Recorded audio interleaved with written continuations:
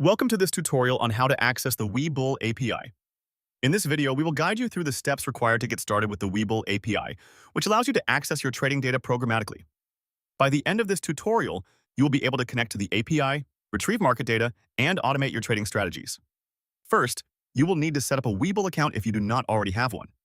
Once your account is set up, you will need to create an application within the Webull developer portal.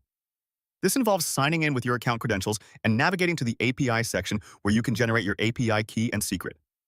Ensure you save these credentials securely, as you will need them to authenticate your API requests. Next, we will demonstrate how to make your first API call. We will use a programming language like Python, as it has libraries that simplify HTTP requests. You will first need to install the request library if you haven't done so already. After that, we will write a simple script to authenticate with the Webull API using the API key and secret you generated earlier. We will show you how to retrieve basic market data such as stock quotes and historical prices.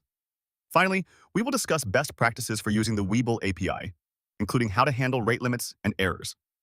This will ensure your application runs smoothly and efficiently. We will also touch on some example use cases for the Webull API, from building custom trading strategies to creating dashboards that visualize your trading performance. Now, let's get started by setting up your Webull account and generating your API key.